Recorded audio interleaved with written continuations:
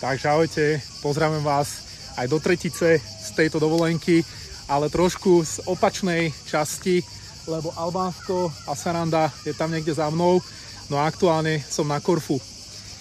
No a veľmi silná myšlienka, ktorú som vlastne kedysi prečítal a ktorá mi naozaj pomohla vo viacerých veciach, tak je tá, že vždy robte veci opačne, ako robí väčšina ľudí.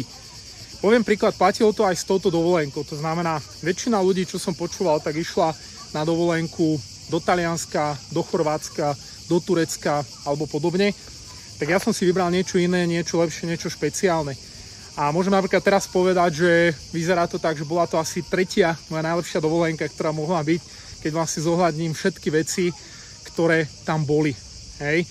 A takisto to funguje v bežnom živote, že niekedy vám jednoducho sa stačí pozrieť na to, ako robí väčšina ľudí a čo robí a jednoducho robí to úplne inak a môžete v čomkoľvek chcete dosahovať úplne odlišné výsledky, ktoré samozrejme budú želateľné, lebo či chceme alebo nie, tak väčšina vždy bude znamenať nejaký ten priemer. Takže toľko ešte z mojej strany a verím, že teda podarí sa natočiť potom aj na ďalších takýchto výletoch a dovolenkách ďalšie videá, takže majte krásny deň.